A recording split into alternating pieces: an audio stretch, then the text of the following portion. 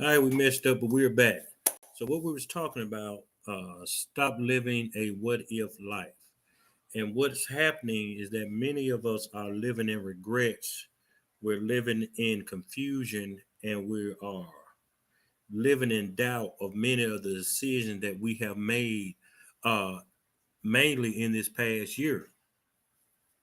And so as I was preparing for bed, the Lord is pressing to my spirit to teach stop living a what if life.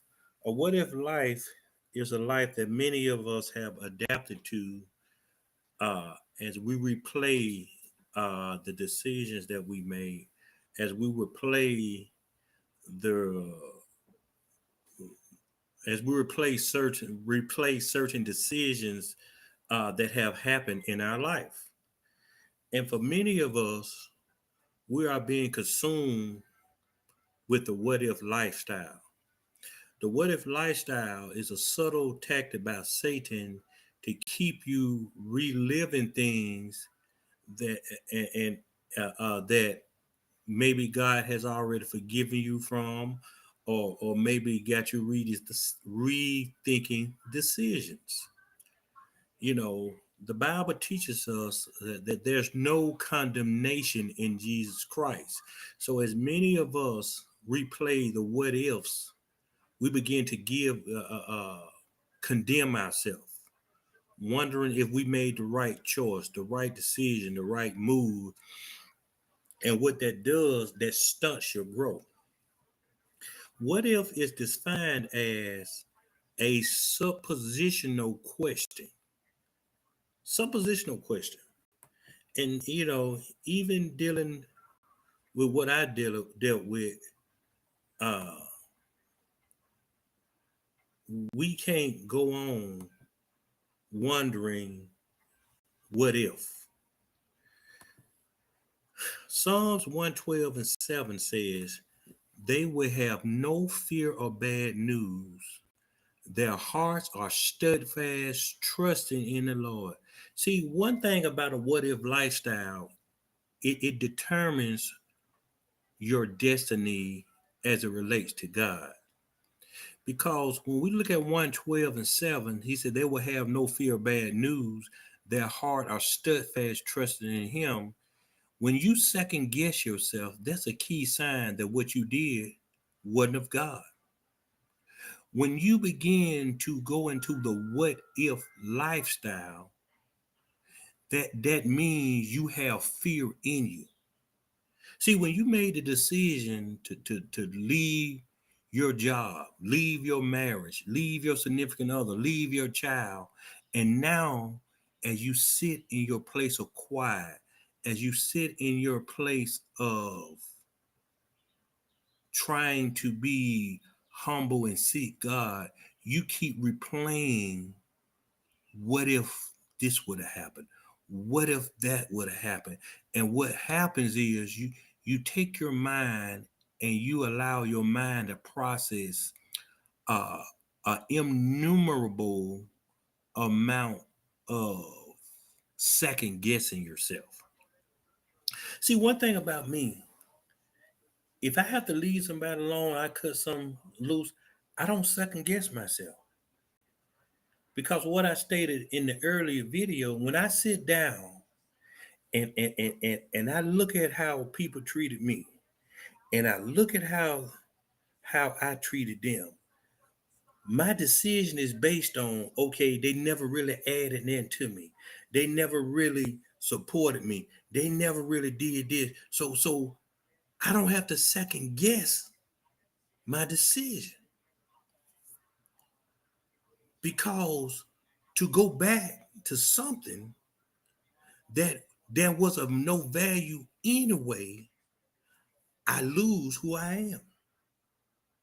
It's just like I've been going down to uh uh I was going down to Birmingham about 3 years. Y'all see me going down there preaching to the person church, the person in question church. Ask me how many times I was offered gas money. Ask me how many times I was given anything. Ask me how many times I was called for wisdom, for counseling. Just ask me how many times. See, it's not that I'm keeping count. It's that you got to know that when you're doing things in the spirit of God, it's not always going to add up because God is the one that does the adding. So it's not no tit for tat and you didn't do this and you didn't that. You you can tell a person's heart by how they treat you when they no longer need you. See, we can say we love one another and I die for you and this and that, but when you no longer need them, watch how you're being treated. See, it's something for people to go into relationships and marriages and you have all kind of stuff. But then when you leave, you have nothing. Nor were you offered anything to an extent that, hey, we need to divide this up. See, you can't wonder what if I would have did this. See, they Psalm 112 and 7 says they will have no fear of bad news. When somebody tell you something going on with them, why are you scared? See, this what if lifestyle has many believers caught up in what if. Watch this. When we go over to Romans 8 and 28, what does it say? And we know all things work together. Oh, my fault. And we know that in all things, God works for the good of those who love him, who have been called according to his person. So watch this. If you got a what if lifestyle, if you scared, you don't love God. That's what scripture's saying. Because you know, no matter what you go through, at the end of the day, you got to know God got your back. You got to know God will put you in a situation to take you away from certain situations and certain things that is not necessarily fulfilling to your spirit. Because a lot of time we stay with people because of what they do naturally, but yet it's not growing you spiritually. See, when they took that little snippet out of Shani new book, and she said, I don't think I ever loved Shaq. I love the NBA lifestyle. See, when you out here and you trying to date, when you looking for somebody to marry, you got to sit back and say, do they want me or what I offer them? So when you know that all things God works for the good of those who love him, why do you fear when you lose things? Now, in my case, I never fear what I lost. I may become upset because I lost it. And what we got to understand, what I've been telling y'all, we just gonna be like Job. If God takes anything from me, what's my consolation prize, God? And not saying that we have Job mentality, we have Job uh, uh, uh, background, this and that. It's a matter of God. If you allow me to go through this, what do I get when I pass this test? And see, for a lot of you, you're not passing the test because you're running what if? What if she come back to me? What if he come back to me? What if God do this? And when you using what if, that means you're not confident in who God is. See, because when we do that, Romans 8 and 28, it goes on in 29, which says, for those God foreknew, he also predestined to be conformed to the image of his son, that he might be the firstborn among many brothers and sisters. Do we really understand that? So that means for many of you, what you're going through, it has already been predestined. You trying to be conformed to the image, which means that's why a lot of people call themselves black sheep. You're the one that should set your family free. But you can't set them free if you still worrying about, did you make the right choice? And we got to understand, what does it say? Conform mean a change. See, I can't listen to the same dirty jokes that I was listening to when I wasn't saved. I can't play the same games. I can't be sitting in my situation now and wonder, what if I did this with my marriage lasted? What if I did that? Because understand something. You can talk about all my failures and everything I might have struggled with, everything that every sin that I might have done. You can talk about all that. But one thing that anybody that knows me, since I've been in this Christian walk for 28 years, 27 really, you can never doubt my relationship with God. That's where the scripture come in. I don't feel bad news. See, a lot of people look at my videos. Oh, he talking about somebody dead son, dead mama, dead this, dead that. Watch this. They have no fear of bad news. Dying is life. It's how you handle who died shows where your heart is toward God. If God was to take my son today, it wouldn't be bad news to me. My heart will still be trusting in God. See, I can't sit back and wonder, what if I would have stayed around a lot? What if I did that? My son wouldn't have went to jail. My relationship with God was back then, because I didn't have a daddy. I said, God, I don't know how to be a father. I said, I need you to raise Dimitri. And when he get ready to know about you, give him back to me and I'll teach him about you, because I can't teach him about life. I didn't know nothing about life. I just did whatever was convenient. So when you know all things work together for the good of us who love God, you got to look at your life. Does your life really show that you love God? Watch this. How many lies you done told on Brother Hubbard that you know wasn't true?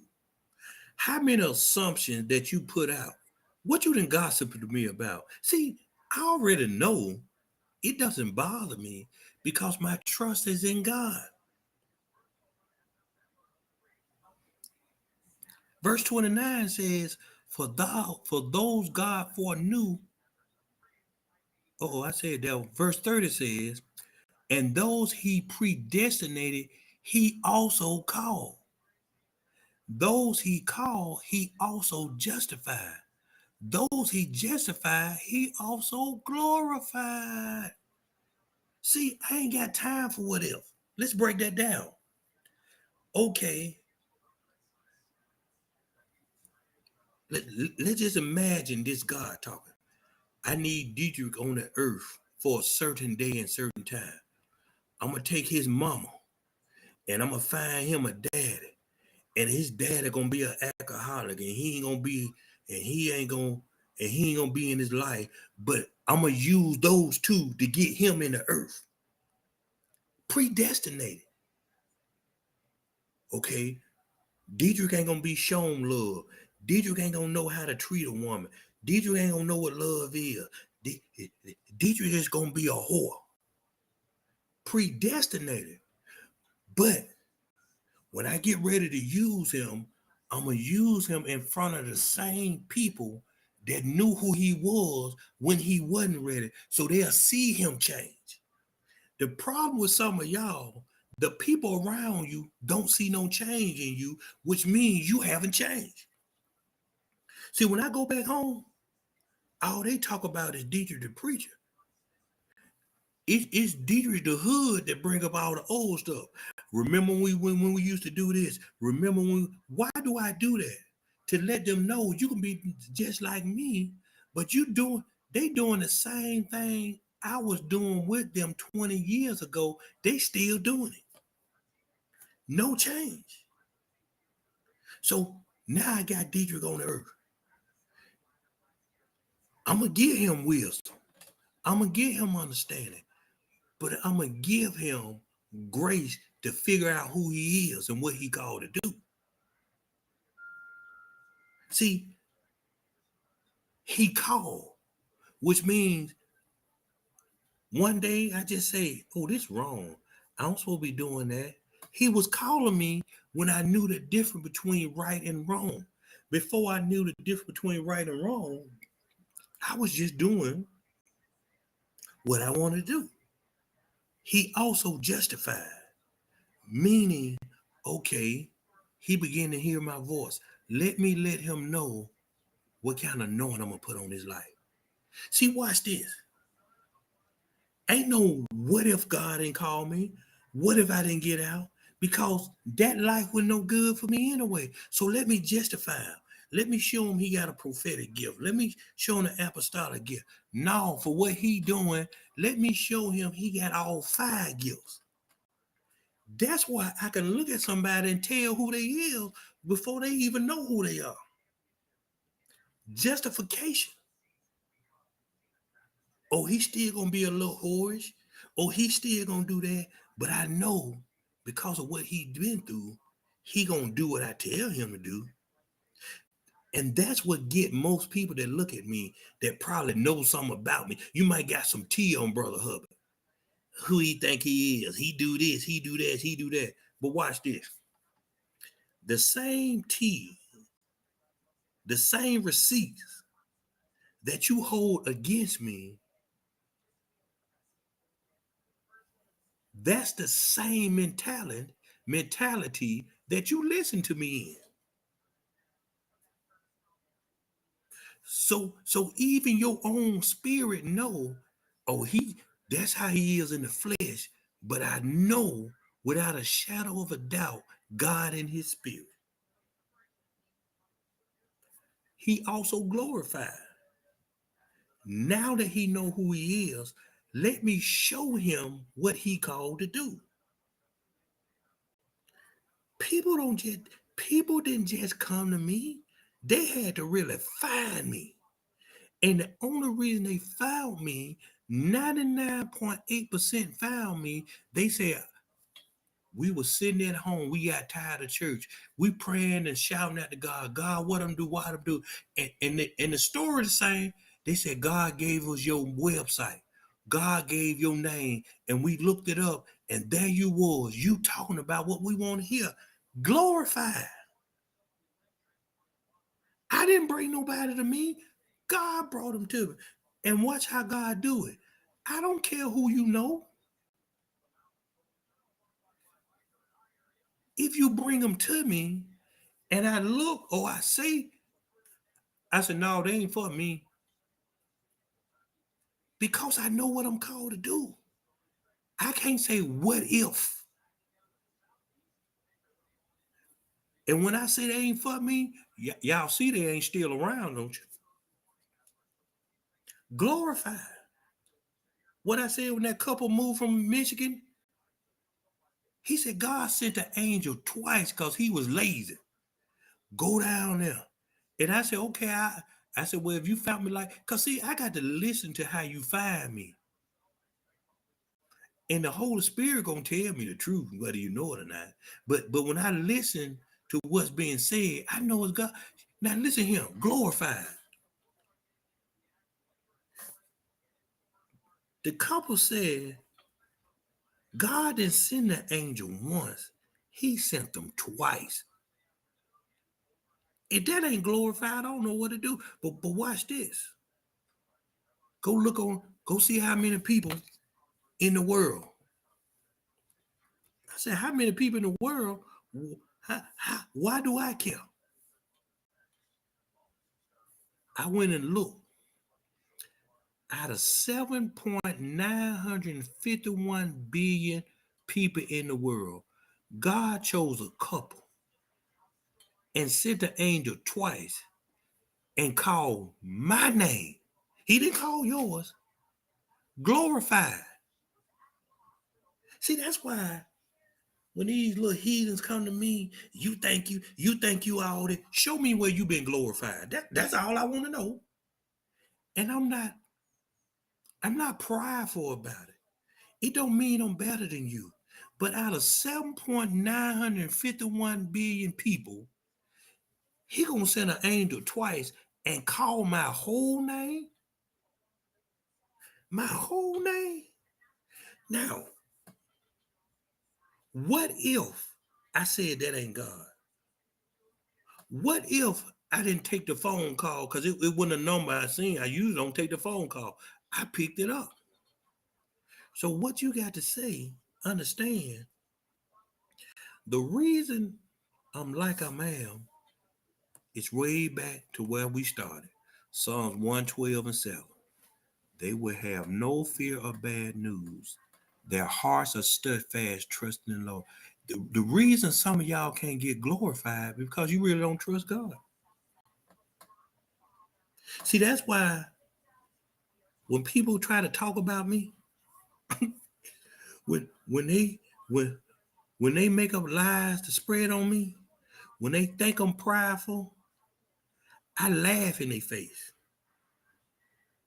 because I know I've been glorified. Because if I ask them how they been glorified, they can't tell you. Because see, you got to learn prophesying don't mean you got a relationship with God. The Bible say anybody can prophesy. So just because you prophesy don't mean you got a relationship. Anybody can prophesy.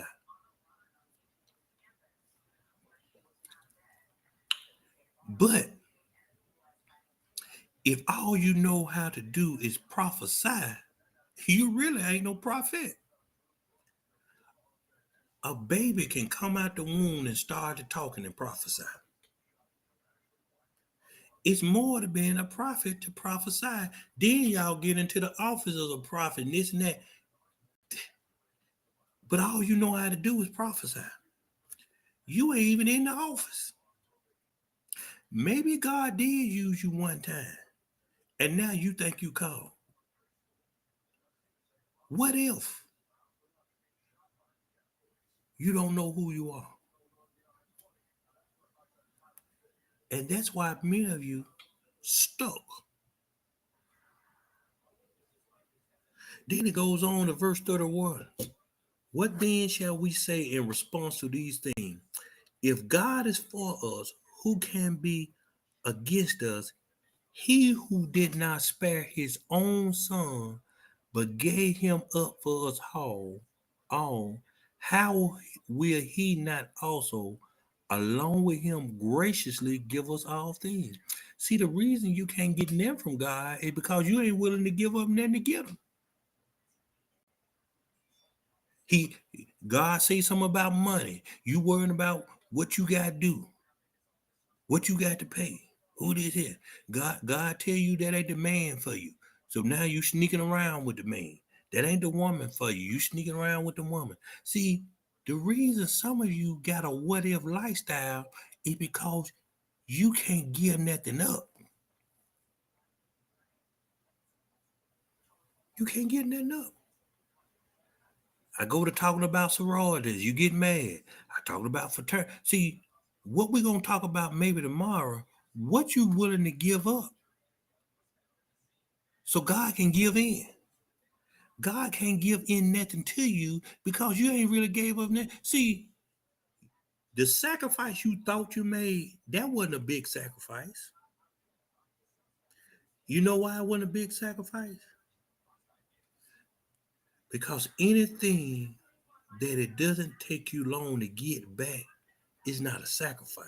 See, that verse 32 is what we miss. But gave him up for us all. Jesus was gone for over 30 some years before he came back to Christ. Came back to his father. That means he was gone for a while.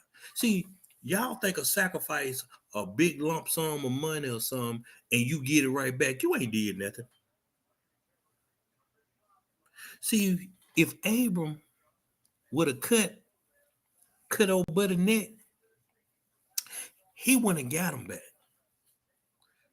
So the sacrifice that was made was that let me check his heart to see what he really doing. And what gets us most, we don't want God to check our hearts because we know our hearts ain't no good.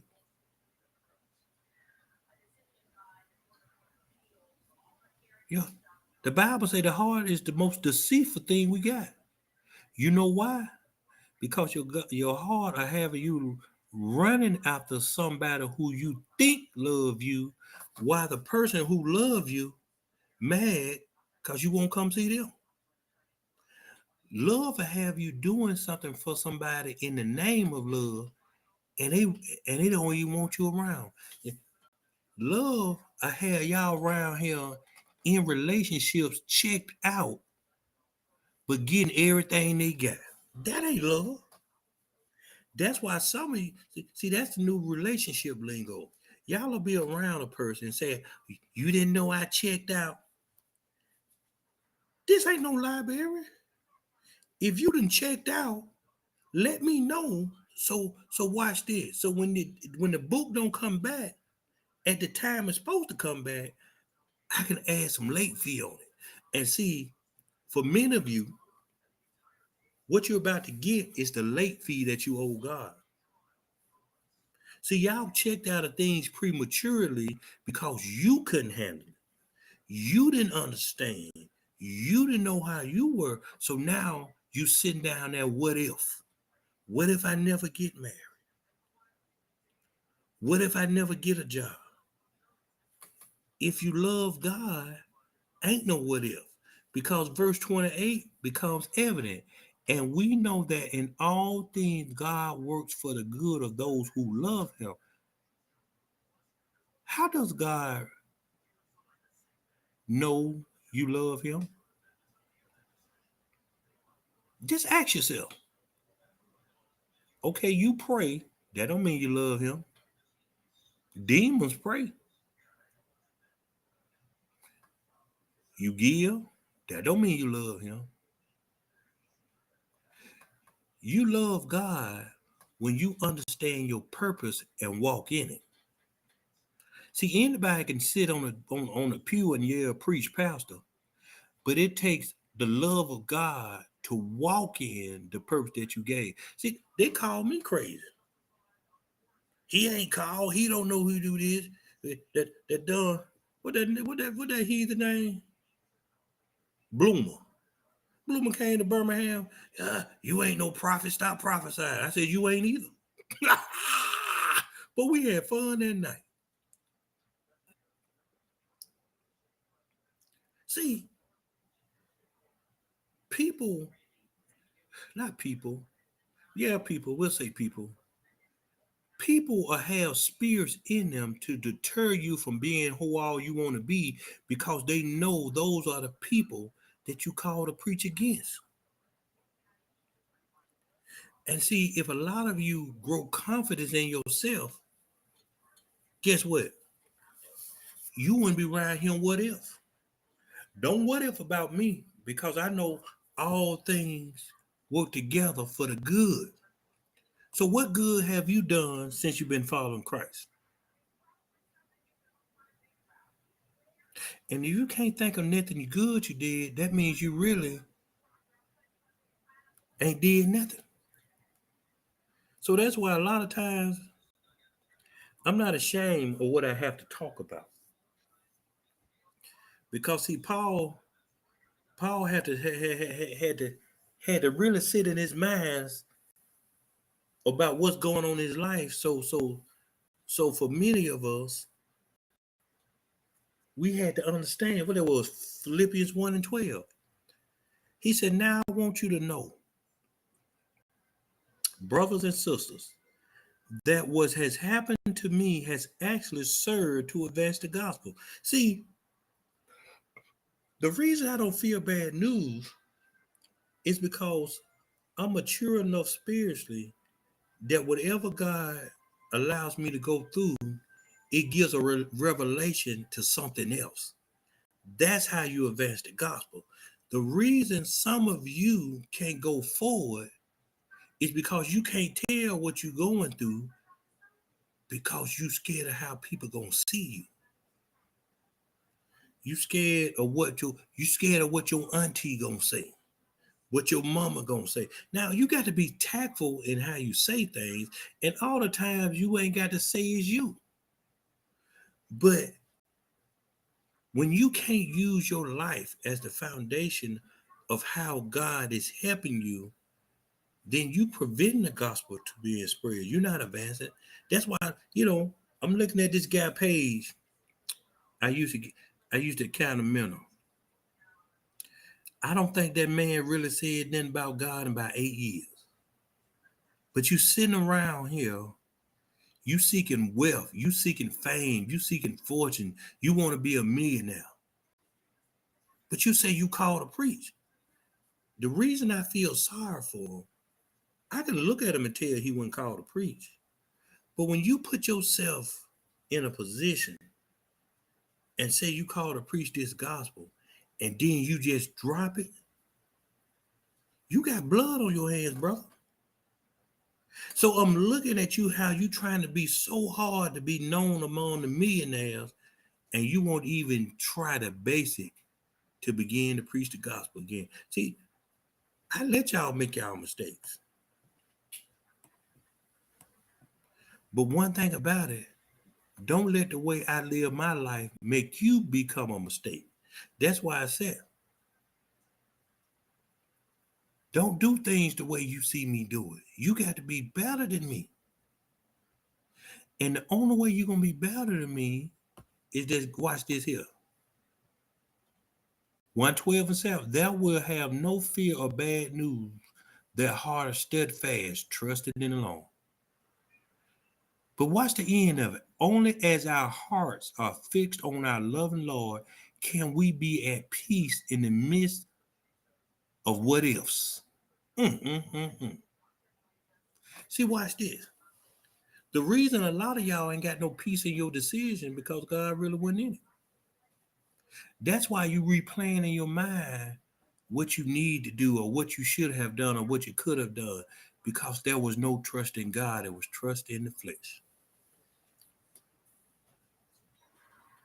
So my advice tonight, stop living the life of what if and make sure you begin to live a life of what can be, and that's only through Jesus Christ.